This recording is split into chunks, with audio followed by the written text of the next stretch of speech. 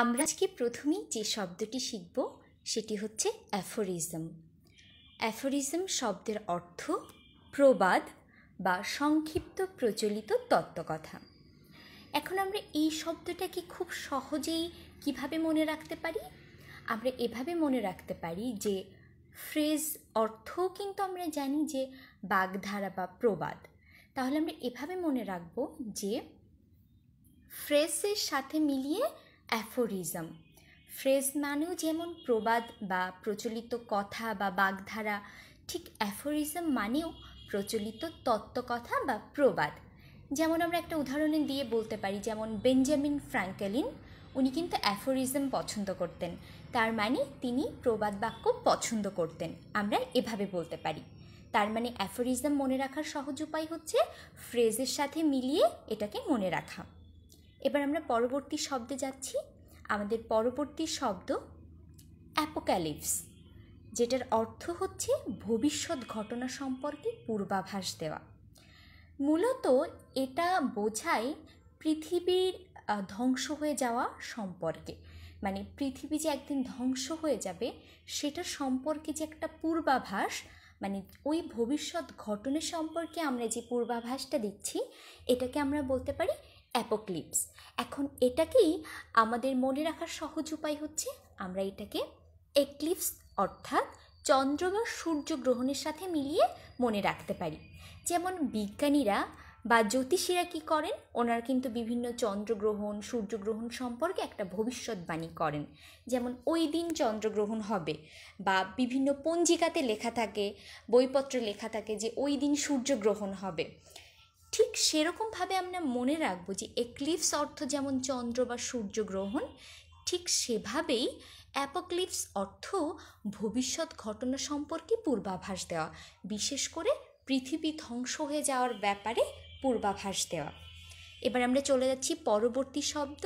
আজকে আমাদের পরবর্তী শব্দ অ্যাপোক্রিফাল। এই শব্দটা খুব মজার।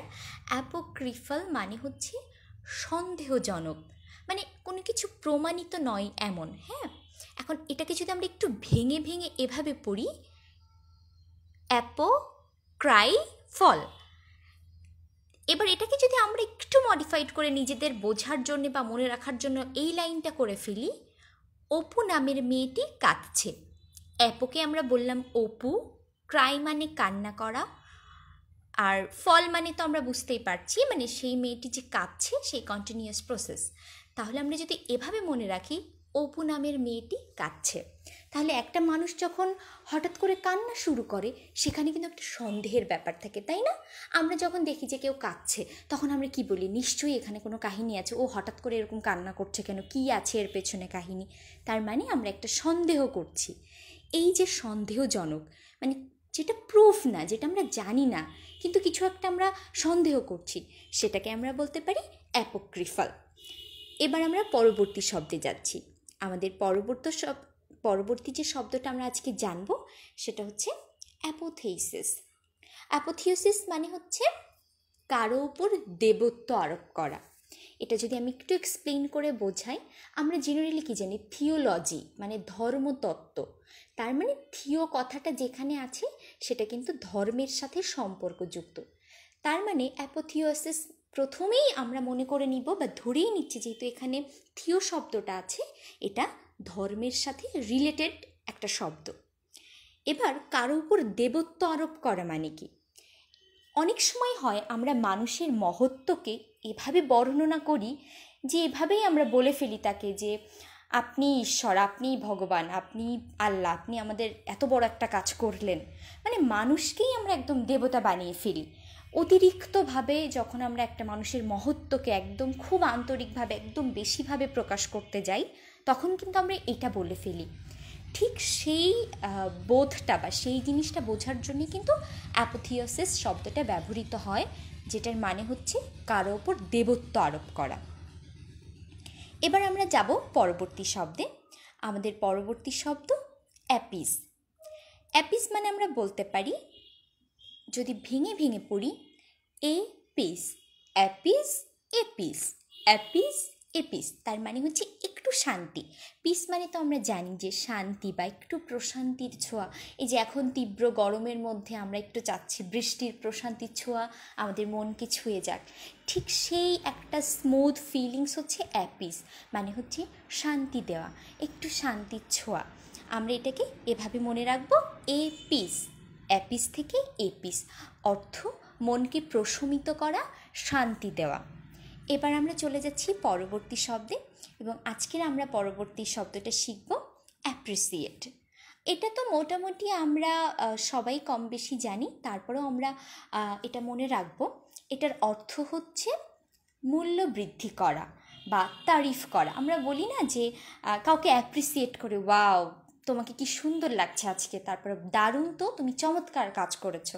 এই যে কাউকে প্রশংসা করা বা অ্যাপ্রিসিয়েট করা, এটাই হচ্ছে অ্যাপ্রিসিয়েট। এটাকে আমরা সহজে মনে রাখতে পারি ডেপ্রিসিয়েট শব্দটার সাথে, কারণ ডেপ্রিসিয়েট হচ্ছে এটার বিপরীত। হ্যাঁ, প্রথমটির অর্থ যদি মূল্য বৃদ্ধি করা বা তারিফ করা হয়, ডেপ্রিসিয়েট অর্থ হলো তার মূল্যটাকে কমিয়ে দেওয়া বা কাউকে খারাপ বলা। হ্যাঁ, ডেপ্রিসিয়েট করা, যেমন কেউ যদি কোনো খারাপ কাজ করে আমরা কিন্তু তাকে ডেপ্রিসিয়েট করি যে না তুমি এই কাজটা ঠিক করো নাই, তোমার এটা করা উচিত হয়নি, এটা হচ্ছে ডেপ্রিসিয়েট। এবার আমরা পরবর্তী শব্দে যাচ্ছি। আমাদের আজকের পরবর্তী শব্দ অ্যাপ্রিহেনসিভ।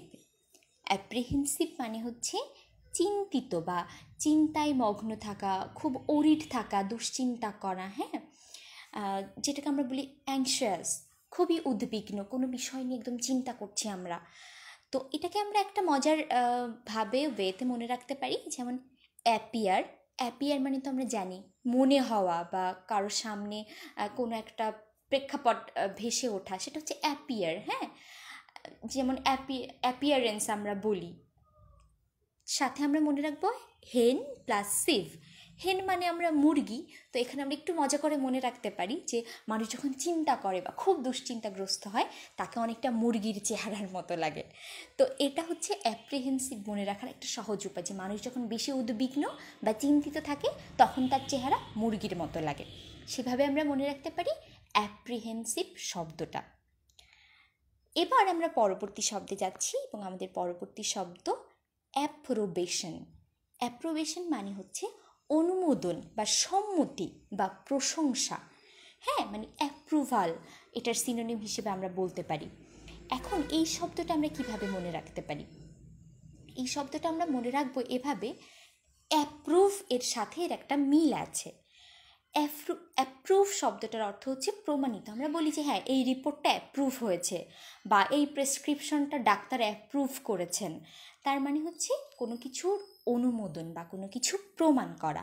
সেই অ্যাপ্রুভ থেকে অ্যাপ্রোবেশন শব্দটা আমরা মনে রাখবো, যেটার অর্থ হচ্ছে অনুমোদন বা প্রশংসা করা। এবার আমরা পরবর্তী শব্দটি জানব, সেটি হচ্ছে অ্যাপ্রোপ্রিয়েট। এখন অ্যাপ্রোপ্রিয়েট মানে আমরা সবাই জানি যে উপযুক্ত, এটা আমরা বাংলার মতো করেই মনে রাখতে পারি যে অ্যাপ্রোপ্রিয়েট মানে উপযুক্ত। আমরা বলি এই ড্রেসটা তোমার জন্য অ্যাপ্রোপ্রিয়েট হয়নি, বা এই বইটা তুমি পড়ো, তোমার জন্য এখন এই সময়ের অ্যাপ্রোপ্রিয়েট বই, এটা তোমাকে পড়তেই হবে, এভাবে বলি না? ঠিক সেরকম। তবে অ্যাপ্রোপ্রিয়েটের আরেকটা অর্থ আছে, সেটা হচ্ছে কারো অনুমতি ছাড়া কারো কাছ থেকে কিছু নিয়ে নেওয়া, সেটাকেও কিন্তু আমরা বলি অ্যাপ্রোপ্রিয়েট। মানে আমি একদম কাউকে কিছু না বলে তার থেকে নিয়ে নিলাম, সেটা হচ্ছে অ্যাপ্রোপ্রিয়েট। যেমন ধরেন আমরা কিছু খাচ্ছি, আমার একটা ফ্রেন্ড এসে দুম করে আমার খাবারটা নিয়ে নিল, বললো মানে আমার অনুমতি ছাড়াই সে খাওয়া শুরু করলো। তো এই যে এইটা হচ্ছে অ্যাপ্রোপ্রিয়েট। হ্যাঁ, আশা করছি আপনারা বুঝতে পেরেছেন। আজকে আমাদের লাস্ট শব্দ, সেটা হচ্ছে অ্যাপটিটিউড। অ্যাপটিটিউড মানে হচ্ছে কোনো কাজে দক্ষ, সহজাত দক্ষতা বা প্রাকৃতিক ক্ষমতা। হ্যাঁ, যেমন কেউ গাড়ি চালানোর জিনিসটা খুব সহজেই পারে, সে একবার দেখেই শিখে ফেললো কীভাবে গাড়ি চালাতে হয়। তার মানে গাড়ি চালানোর ব্যাপারটা তার একটা সহজাত প্রবৃত্তি, মানে সহজাত দক্ষতা। ঠিক সেভাবে কেউ হয়তো সুন্দর আবৃত্তি করতে পারে, সেটা তার একটা সহজাত দক্ষতা। কেউ ভালো ইন্টারাকশন করতে পারে মানুষের সাথে, ভালো মিশতে পারে। কেউ ভালো ইংরেজি বলতে পারে, কেউ ভালো ইংরেজি লিখতে পারে। এক একজন মানুষের এক এক রকম দক্ষতা থাকে। তো এই যে দক্ষতা, অ্যাপটিটিউড, আমরা এটা কিভাবে মনে রাখতে পারি? অ্যাপ্ট। অ্যাপ্ট মানে হচ্ছে কোনো কাজে দক্ষ বা স্কিলড, সেইটার সাথে মিলিয়ে আমরা মনে রাখতে পারি অ্যাপটিটিউড। আমরা আরোভাবে মনে রাখতে পারি, যেমন আমরা বলি অ্যাটিটিউড। অ্যাটিটিউড মানে কি? অ্যাটিটিউড মানে হচ্ছে কারো একটা ভালো অ্যাপিয়ারেন্স। হ্যাঁ, আমরা বলি না যে একটা পার্সোনালিটি ভালো, কারোর সাথে ভালো ব্যবহার, সেটা হচ্ছে অ্যাটিটিউড। তো আমরা সেভাবেও মনে রাখতে পারি যে অ্যাপটিটিউডের সাথে অ্যাটিটিউডের একটা মিল আছে। তার মানে হচ্ছে কোনো কাজে দক্ষতা বা কোনো কাজ ভালো পারার ক্ষমতা। তো আজকে আমরা মোট 10টা শব্দ শিখলাম। সেই 10টা শব্দ কি কি আমি আরেকবার প্রথম থেকে বলছি। প্রথমটা আমরা শিখেছি অ্যাফোরিজম, যেটার অর্থ প্রবাদ বাক্য বা প্রচলিত তত্ত্বকথা।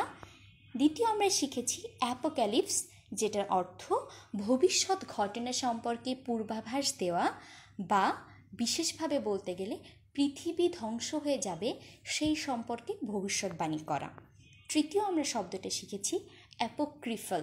অ্যাপোক্রিফাল মানে হচ্ছে সন্দেহজনক। আমরা সহজে মনে রাখতে পারি এভাবে, অপু নামের মেয়েটি কাঁদছে এবং কারো কান্না দেখে আমরা বলতে পারি এটা একটা সন্দেহজনক ঘটনা। পরের শব্দ আমরা শিখলাম অ্যাপোথিওসিস, কারো ওপর দেবত্ব আরোপ করা, কাউকে অনেক বেশি মহৎ এটা বোঝাতে আমরা অনেক সময় এই কাজটা করে ফেলি। পরবর্তী শব্দ আমরা শিখলাম অ্যাপিজ। অ্যাপিজ মানে প্রশমিত করা। আমরা মনে রাখতে পারি যখন প্রচণ্ড দাবদাহে চারিদিকে জ্বলছে, তখন আমরা একটা বৃষ্টির ছোঁয়া চাই, বৃষ্টির প্রশান্তি চাই। এই যে প্রশান্তির ছোঁয়া, সেটাকে আমরা বলতে পারি অ্যাপিজ, শান্তি। পরবর্তীতে আমরা শিখলাম অ্যাপ্রিসিয়েট।